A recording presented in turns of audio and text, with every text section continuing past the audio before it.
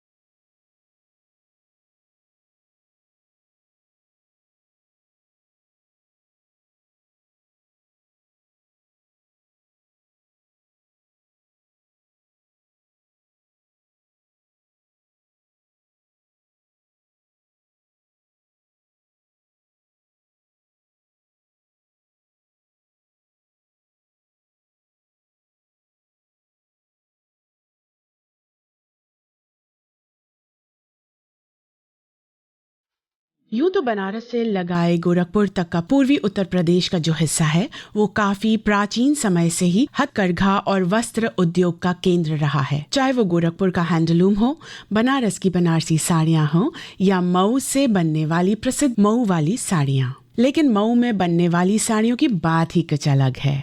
मऊ यूं तो अपने वस्त्र उद्योग के लिए प्रसिद्ध है, किंतु इस जनपद में कई प्रसिद्ध ऐतिहासिक और दर्शनीय स्थल भी स्थित हैं। मान्यताओं के अनुसार पांडव अपने वनवास के दौरान मऊ से होकर गुजरे थे। वर्तमान समय में उस स्थान को खुरहट के नाम से जाना जाता है।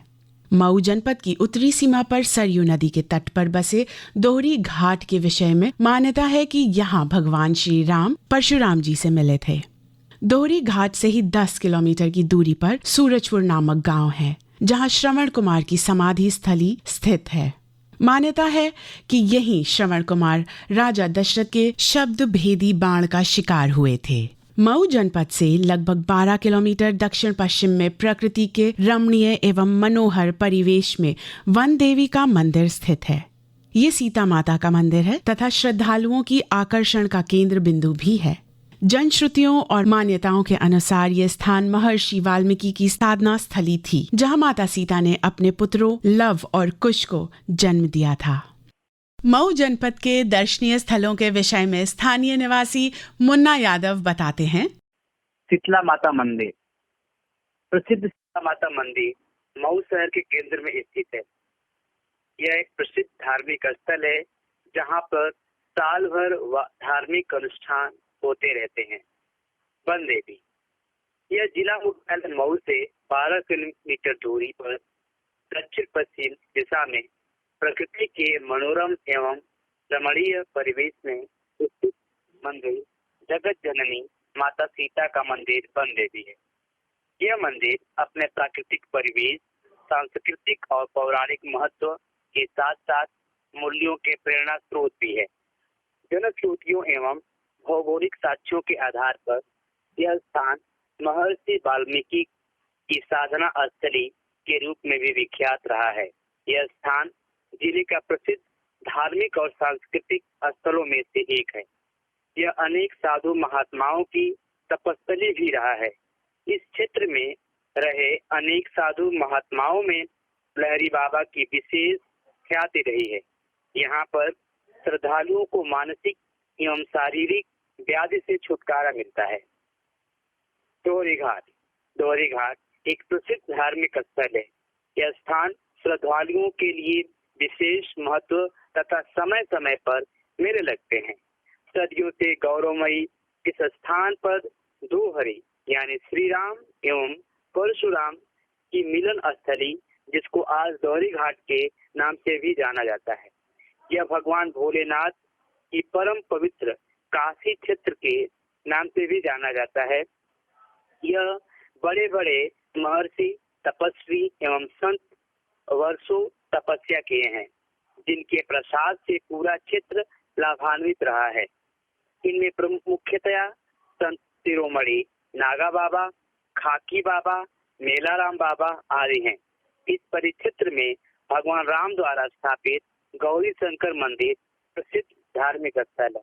शाही कटरा मस्जिद मऊ शहर के केंद्र में स्थित यह एक केंद्रीय मस्जिद है। इस मस्जिद का निर्माण औरंगजेब की बहन जहांआरा बेगम ने मऊ प्रवास के दौरान कराया था।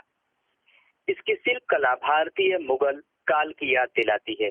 ऐसा कहा जाता है कि जहांआरा बेगम के साथ बुनकर और अन्य कला को इस परिक्षेत्र में विकसित किया गया, जो आज यहाँ का प्रसिद्ध साड़ी उद्योग है। शाही कटरा मस्जिद के प्रांगण कटरा मैदान में होने वाला विश्व प्रसिद्ध भरत मेला गंगा जमुनी तहजीब का यथेष्ट उदाहरण पेश करता है। देवला यह मऊ जिले में स्थित एक गांव है। कोसी रोड पर स्थित यह एक महत्वपूर्ण धार्मिक स्थल है। यहाँ पर स्थित अति पुराना सूर्य मंदिर इसकी मुख्य विशेषता है। यह मंदिर आसपास के क्षेत्रों में बहुत प्रसिद्ध है। यहाँ छठ के दौरान लगने वाले विशाल मेले का मुख्य आकर्षण होता है। देवलास एक प्रसिद्ध सांस्कृतिक स्थल है। यह जिला मुख्यालय से 30 किलोमीटर की दूरी पर स्थित है। यहाँ स्थित देवताल एवं तुलसील ताल नामक प्रसिद्ध ताल बृहत तालाब स्थित है, जिसकी शोभा देखते ही बनती है। यूं तो मऊ जनपद का इतिहास काफी पुराना है।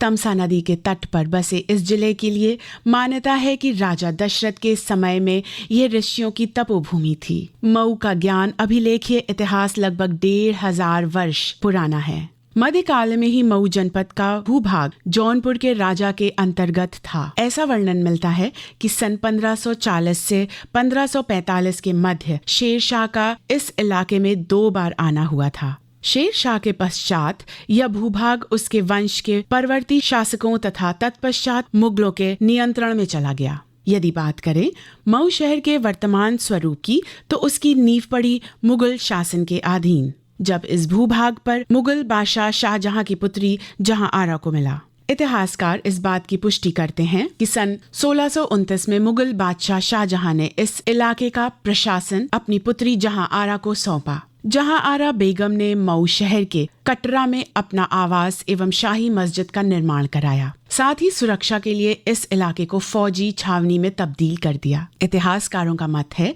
कि सल्तनत काल से लगाए मुगल काल तक तमाम शहरी केंद्रों का विकास फौजी छावनी से आरंभ होकर ही हुआ। मऊ शहर का विकास भी कुछ इसी तरह से हुआ। मऊ शहर में फौज के रहने के लिए बनाई गई बैरकों के अवशेष आज भी मिलते हैं। इसके अतिरिक्त जमीन से 16 से 17 फीट नीचे बनाई गई भूमिगत सुरंग के अवशेष भी मिला करते हैं। इतिहासकारों का मानना है कि जहांआरा अपने साथ तमाम मजदूर, प्रशिक्षित श्रमिक और कारीगर को लेकर आईं। इन्हीं कारीगरों ने बुनाई की कला को यहाँ जन्म दिया। इस बात की पुष्टि यहाँ के स्थानीय निवासी अब्दुल सुभान भी करते हैं। मेरा नाम अब्दुल सुभान है। मैं मऊ पावरलूम एसोसिएशन का सेक्रेटरी। और यहाँ जो है ये वो आई थी जहांआरा, कटरा बनवाया इन्होंने मस्जिद, और यहाँ कुछ बुनकरों को ले आके ईरान से आबाद किया, और तभी से बुनकरी का पेशा मऊ में है। और पहले हैंडलूम प्योर था, फिर उसके बाद पावरलूम हुआ, सन 72-73 में पावरलूम आ गया। मध्यकाल में यहाँ आरंभ होने वाली बुनाई की कला का उत्तरोत्तर विकास होता गया। वैसे यदि वस्त्र उद्योग के दृष्टि से देखें तो इस मध्यकाल में भारत का सबसे विकसित उद्योग माना जा सकता है। सुल्तानों, बादशाहों तथा स्थानीय शासकों ने जगह जगह पर इसके विकास को प्रोत्साहन दिया। अपनी पुस्तक मध्यकालीन भारतीय संस्कृति में इस बात की पुष्टि करते हुए इतिहासकार डॉक्टर लाइक अहमद कहते हैं, मध्यकालीन भारत में सर्वप्रमुख कपड़ा उद्योग था। इस काल में सूती, ऊनी तथा रेशमी सभी प्रकार के कपड़ों का उत्पादन किया जाता था। सल्तनत काल में बंगाल तथा गुजरात कपड़ा उद्योग के प्रमुख केंद्र थे, जहां विभिन्न प्रकार के सूती, रेशमी एवं कसीदाकारी युक्त कपड़ों का उत्पादन किया जाता था। सुल्तान अलाउद्दीन खलजी ने विभिन्न प्रकार के कपड़ों का मूल्य निर्धारित किया और एक पृथक कपड़ा बाजार की भी व्यवस्था की थी, जो सराय अदल कहलाता था। शाही कारखानों में भी विभिन्न प्रकार के कपड़ों, दरियों एवं कालीनों का निर्माण किया जाता था। मुगल काल में कपड़ा उद्योग की उन्नति के कारण भारत के विभिन्न प्रदेशों में तरह तरह के कपड़ों का उत्पादन किया जाने लगा था। वे आगे लिखते हैं, अब्दुल फजल ने आईने अकबरी में खान देश एवं गुजरात के सूती कपड़ों का उल्लेख किया है। सूती कपड़ों में दक्षिण भारत का खासा, लाहौर और लखनऊ का चिकन सुविख्यात था। भड़ौच का ताफ्ता, सरहिंद का लाल सालू एवं छीट, समाना एवं सुल्तानपुर के सूती कपड़े, सहारनपुर का चौतर एवं खासा तथा लखनऊ के निकट दरियाबाद की दरियाबादी एवं मरकूल नामक कपड़ों की बहुत मांग थी। आगरा एवं जौनपुर में सूती दरियां एवं चादरें बनती थीं। इस प्रकार मऊ में जहां आरा द्वारा बुनाई की कला के विकास को प्रश्रय देना मध्यकालीन भारतीय शासक वर्ग के सामान्य प्रवृत्ति के अनुरूप था। जहां आरा के समय में आरंभ हुआ, मऊ का हथकरघा उद्योग समय के साथ विकसित भी होता गया और परिवर्तित भी। मुख्यतः परिवर्तन हुआ तकनीकी के मामले में और धीरे धीरे हैंडलूम का यह केंद्र पावरलूम के केंद्र के रूप में बदल गया। मऊ का पावरलूम बहुत हद तक हैंडलूम से मिलता जुलता है। बस पहले जो काम हाथों और पैरों के मदद से किए जाते थे, वर्तमान में वहां बिजली से चलने वाले मोटर व अन्य उपकरण लग गए हैं। मऊ के पावरलूम उद्योग में मिलों में बनने वाले कपड़ों से काफी भिन्नता होती है, तकनीक में भी और डिजाइनिंग में भी। हैंडलूम से पावरलूम के उत्तरोत्तर बदलाव को बताते हुए तौला अंसारी बताते हैं, इसमें हाथ से चलने वाली मशीनें हैंडलूम जिसको कहते हैं, ज़्यादातर हिस्सा इसमें हैंडलूम का है।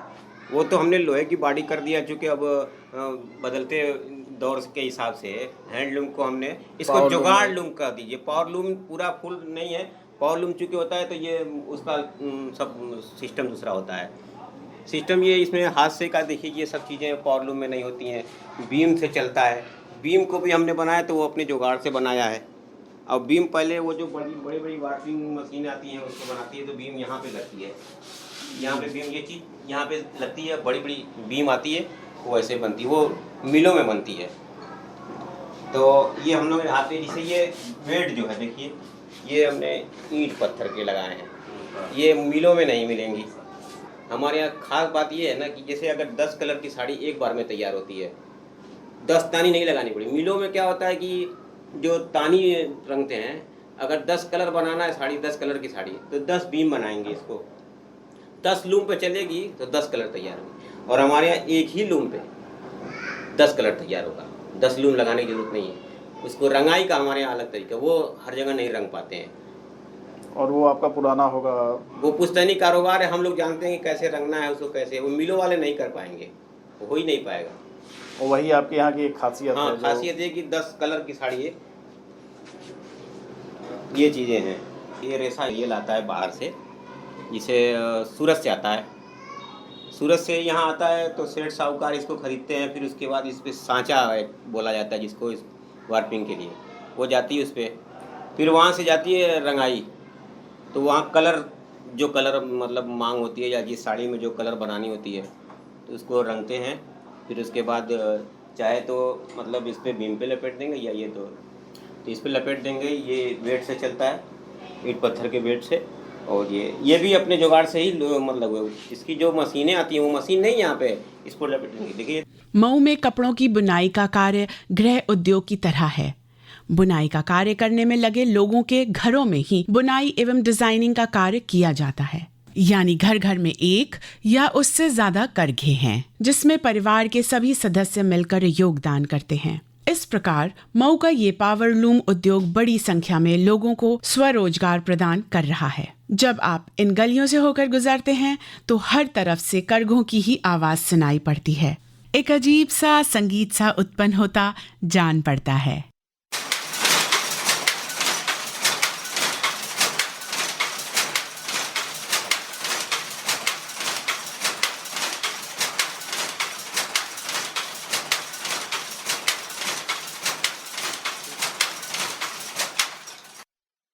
जब बात कपड़ों की बुनाई की होती है तो दो चीजें काफी महत्वपूर्ण होती हैं। पहला वो धागा जिससे बुनाई का कार्य किया जाता है और दूसरा वस्त्रों की डिजाइनिंग और उनका रंग। साड़ियाँ या अन्य कपड़े तैयार करने के लिए धागों को वर्तमान में बाहर से मंगाया जाता है। साड़ियों के रंग और डिजाइन के हिसाब से अलग अलग रंग के धागों का इस्तेमाल किया जाता है। जब हमने जानना चाहा साड़ियों की डिजाइनिंग के बारे में तब एक बड़ी ही रोचक जानकारी और तकनीक हमारे सामने आई। साड़ियों का डिजाइन सबसे पहले ग्राफ पेपर पर बनाया जाता है। उसके बाद उसे गत्ते के बने कार्ड्स पर उतारा जाता है। जहां जिस प्रकार की डिजाइन होती है वहां उसी प्रकार से कार्ड को छेदित किया जाता है। उसके बाद इन छेदों के माध्यम से धागों को गुजारकर लूम पर लगा दिया जाता है। यह तकनीक निसंदेह बहुत ही पेचीदगी भरी है और एक पूरी साड़ी की डिजाइन बनाने में कभी कभी एक सप्ताह तक का भी समय लग जाता है। डिजाइनिंग को कार्ड पर व्यवहारिक रूप दे रहे अताउल्लाह अंसारी से हमने इस विषय में जानकारी ली। देखिए ये पहले सादे कागज से डिजाइन बनती है, उसके बाद इसको हम ग्राफ पेपर पे लेते हैं। उसके बाद हम ग्राफ पेपर पर डिजाइन करके इसको रंग देते हैं। रंगने के बाद इसमें दो खाने होते हैं। जिसे रंगा हुआ खाना जो है उसको हम एक तरीके की प्लेट लोहे की होती है, उस पर हम छेद होता है। जिसे जकाट होता है 200 तीरी का, 400 तीरी का, 150 तीरी का। तो ये 200 तीरी के जकाट है, उस पर हमने ग्राफ बना दिया। उसमें साड़ी का बॉर्डर और साड़ी के बीच का आंचल मतलब तैयार हो गया। उसके बाद ये इसको जितना छेद है 200 तीरी, ये 200 छेद है इसमें। उसके बाद एक एक धागे को, जो रंगीन वाला धागा है इसको काटेंगे, ये धागा सब छेद कर देंगे। ये जो बच जाएगा इस पर वो रह जाएगा। जो रंगीन है वो फूल पड़ता जाएगा साड़ी पे, जेकाट पे जाएगा। ये मतलब पत्ता काट के तैयार होगा सिंगल। उसके बाद ये मतलब धागे में पिरोएंगे, वो मशीन पे जाएगा। मशीन से वो जेकाट से वो डिज़ाइन करेगी। ग्राफ पर डिजाइनिंग का काम करने वाले उवैदुल्लाह अंसारी, जो काफी लंबे समय से इस डिजाइनिंग के काम को कर रहे हैं, ने इस बारे में बताया। सर ये बताइए, पहले जो डिजाइनिंग का आप काम कर रहे हैं जी, किस तरह से पहले करते थे, अभी क्या थोड़ा बहुत अंतर आप लोग लाए? पहले अभी जो है मशीनरी जो है अभी कंप्यूटराइज आ गई है, लेकिन जिनके पास पूंजी है, पैसा है, वो कर रहा है। जिनके पास नहीं है, देखिए सामने है, हाथ से बेचारे कर रहे हैं। वो मैं भी हाथ से करता हूँ, वही चीज़ मजबूरी आती है आदमी को। जैसे म्यूजिक में हम लोग एक चीज़ कहते हैं कि नई मशीनें आ गई हैं जी, नए रिकॉर्डिंग सिस्टम आ गए हैं, लेकिन जो जी। पुराना संगीत है उसकी बात नए में नहीं मिलती। जी जी सही बात। डिजाइनिंग के लिए आप क्या डिजाइनिंग के लिए हाथ का ही सही है, ज़्यादा बेहतर तो यही है। लेकिन चूंकि अब भाग दौड़ का ज़माना आ गया, कंप्यूटराइज सारी चीज़ हो गई है। यहाँ तक कि पंचिंग वाली मशीन भी अब कंप्यूटराइज आ गई है।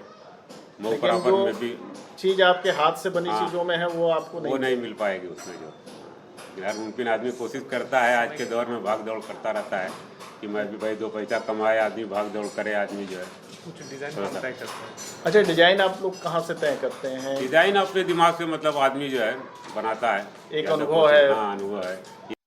डिजाइनिंग और साड़ी के निर्माण की प्रक्रिया के विषय में हमें स्थानीय निवासी एवं बुनाई का काम करने वाले अताउल्लाह अंसारी ने बताया। जी ये तो देखिए धागे में पिरो गया। इस पे वो जो रोला होता है जो वही घूमता है, तो इसमें तीरी 200 तीरी जो होती है ना, उससे अलग अलग चीज़ें। जिसे अब जिसमें जो ग्राफ दिखाया था, एक साटन पड़ा, फिर उसके बाद कंगूरा पड़ा, फिर उसके बाद ये आंचल बीच का हिस्सा जो बना रहे थे। जो ग्राफ ऊपर रखा हुआ था वो बॉर्डर के लिए था, तो उससे अलग बॉर्डर। देखिए बॉर्डर के लिए इतनी तीरी है। मिसाल के लिए 200 तीरी का जेकाट ये है, तो हमने उसके लिए 75 तिरी या 100 तिरी बॉर्डर के लिए निकाल दिया, ये बॉर्डर तैयार हो गया। और बाकी जो तिरी है 100 तिरी बची है, तो 100 तिरी से ये आंचल तैयार हो जाए, जो बीच का हिस्सा बन रहा है। और यही बहुत सारी होती है, आंचल जो नहीं चलती है तो वो बूटी पड़ती है जगह जगह सीधे, तो वो इससे धागे से बूटी सीधी पड़ती रहती है। तो पहले तो जो आपका रहा होगा हाथ से चलने वाली मशीनें रही होंगी। देखिए, इसमें हाथ से चलने वाली मशीनें हैंडलूम जिसको कहते हैं, ज़्यादातर हिस्सा इसमें हैंडलूम का है। वो तो हमने लोहे की बॉडी कर दिया, चूँकि अब बदलते दौर के हिसाब से हैंडलूम को हमने इसको जुगाड़ लूम कर दीजिए। पावर लूम पूरा फुल नहीं है, पावर लूम चूँकि होता है तो ये उसका सब सिस्टम दूसरा होता है। सिस्टम ये इसमें हाथ से का देखिए, ये सब चीज़ें पावर लूम में नहीं होती हैं, बीम से चलता है। बीम को भी हमने बनाया तो वो अपने जुगाड़ से बनाया है। और बीम पहले वो जो बड़ी बड़ी वार्पिंग मशीन आती हैं उसको बनाती है, तो बीम यहाँ पे लगती है, यहाँ पे बीम ये चीज़ यहाँ पे लगती है, बड़ी बड़ी बीम आती है, वो ऐसे बनती है, वो मिलों में बनती है। तो ये हम लोग हाथ में, जैसे ये बेड जो है देखिए, ये हमने ईंट पत्थर के लगाए हैं, ये मिलों में नहीं मिलेंगी। मिलों में तो हाँ, वो वार्पिंग मशीन आती है तो वो बीम बनाती है। और इसकी खाली तो एक रंग की तानी है, अभी हम आपको दिखाएंगे। हमारे यहाँ खास बात ये है ना कि जैसे अगर 10 कलर की साड़ी एक बार में तैयार होती है, 10 तानी नहीं लगानी पड़ी। मिलों में क्या होता है कि जो तानी रंगते हैं, अगर 10 कलर बनाना है साड़ी, 10 कलर की साड़ी तो 10 बीम बनाएंगे, इसको 10 लूम पे चलेगी तो 10 कलर तैयार होंगे। और हमारे यहाँ एक ही लूम पे 10 कलर तैयार होगा, 10 लूम लगाने की जरूरत नहीं है। उसको रंगाई का हमारे यहाँ अलग तरीका, वो हर जगह नहीं रंग पाते हैं। और वो आपका पुराना होगा, वो पुश्तैनी कारोबार है, हम लोग जानते हैं कि कैसे रंगना है उसको, कैसे, वो मिलों वाले नहीं कर पाएंगे, वो हो ही नहीं पाएगा। और वही आपके यहाँ की एक खासियत हाँ, है। खासियत है कि 10 कलर की साड़ी है, ये चीज़ें हैं। आइए, अच्छा, ये जो देखिए, ये आपका सबसे बड़ी रेशा बात है, ये रेशा यानी ये रॉ मटेरियल आता है बाहर से, जिसे सूरत से आता है। सूरत से यहाँ आता है तो सेठ साहूकार इसको खरीदते हैं, फिर उसके बाद इस पर सांचा बोला जाता है जिसको, इस वार्पिंग के लिए वो जाती है उस पर, फिर वहाँ से जाती है रंगाई। तो वहाँ कलर, जो कलर मतलब मांग होती है या जिस साड़ी में जो कलर बनानी होती है तो उसको रंगते हैं।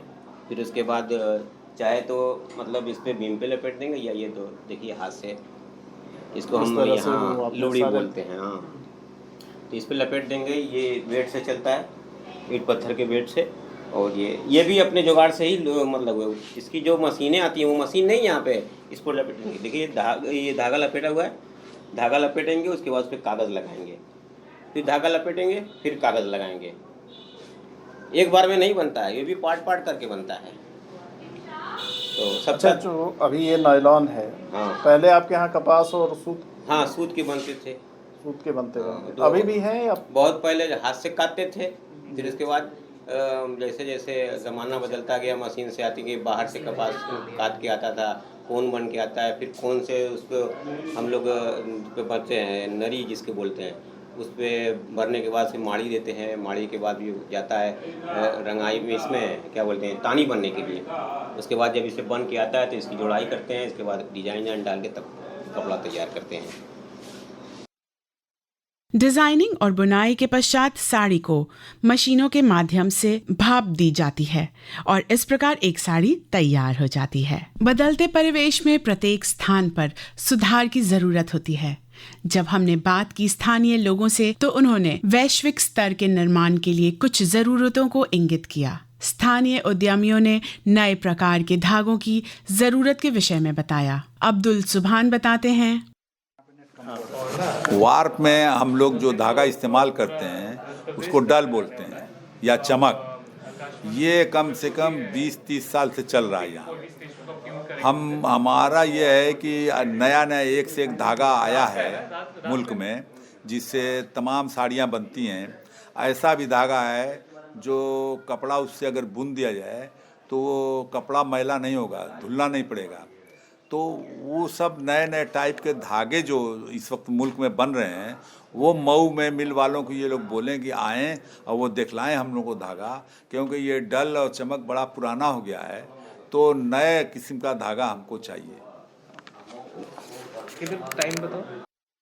और साथ ही एक डिजाइन सेंटर और निर्यात केंद्र की आवश्यकता के बारे में बताते हुए आगे कहते हैं, इसके लिए मऊ में जिसे डिज़ाइन सेंटर खोलें, जिसे मान लिया हम एक डिज़ाइन बनाते हैं तो साल 2 साल 3 साल, तो हम लोग बहुत ज़माने से ये मांग कर रहे हैं कि गवर्नमेंट यहाँ एक डिज़ाइन सेंटर खोले, जो हम यहाँ के जो ग्राफर हैं, जो डिज़ाइन बनाते हैं, उनको वो गाइड करे कि देखिए आज ये डिज़ाइन चल रहा है, आज ये ट्रेंड है, ये रंग मतरूक हो गया, मतलब ख़त्म हो रहा है, और ये रंग जो है ज़्यादा आजकल ख्वाहिश से पहना जा रहा है। तो ये सब डिज़ाइन सेंटर जब रहेगा यहाँ पर गवर्नमेंट का, तो उससे बुनकर बहुत फ़ायदा उठाएंगे। हम ये चाहते हैं कि अगर एक्सपोर्ट सेंटर भी यहाँ खोल दे गवर्नमेंट, उससे बुनकर फ़ायदा उठाएं, उससे वो डिज़ाइन लें कि भाई आज बांग्लादेश में कौन सी डिज़ाइन चल रही है। हम तो जाके पता करेंगे तो बड़ा महंगा पड़ेगा। एक्सपोर्ट सेंटर रहेगा तो हमको बताएगा कि बांग्लादेश में ये चल रहा है, एक्सपोर्ट सेंटर रहेगा तो बताएगा लंका में ये ट्रेंड है, इंडोनेशिया में ये ट्रेंड है। तो हम चाहते हैं कि एक डिज़ाइन सेंटर और एक एक्सपोर्ट जो है सेंटर यहाँ खुले। साड़ियाँ जरिया है रोजगार का। देश विदेश में अपना एक अलग नाम और स्थान रखने वाली मऊ वाली साड़ियों को प्रोत्साहन देने के लिए सरकार द्वारा भी तमाम योजनाएं चलाई जा रही हैं, जिसमें बड़ी संख्या में लोग लाभान्वित भी हो रहे हैं। इस कंप्यूटरीकृत समय में हथकरघा न केवल हमारी पहचान दर्शाता है, बल्कि कहीं न कहीं ये सुकून भी दे जाता है कि हम कहाँ से कहाँ आ पहुँचे हैं। हथकरघा जो हमें अपनों के प्रेम का एहसास कराता है, वहीं हमारी पुरानी संस्कृति और परंपरा को दर्शाता है। हम उम्मीद करेंगे मऊ वाली साड़ियों की प्रसिद्धि और मांग और बढ़े, साथ ही बड़ी संख्या में स्थानीय लोगों को रोजगार देने वाला पावरलूम उद्योग अपनी पूरी क्षमता से राष्ट्र की उन्नति में भागीदार बन सके और यहाँ बीनी जाती रहे वो झीनी झीनी चदरिया।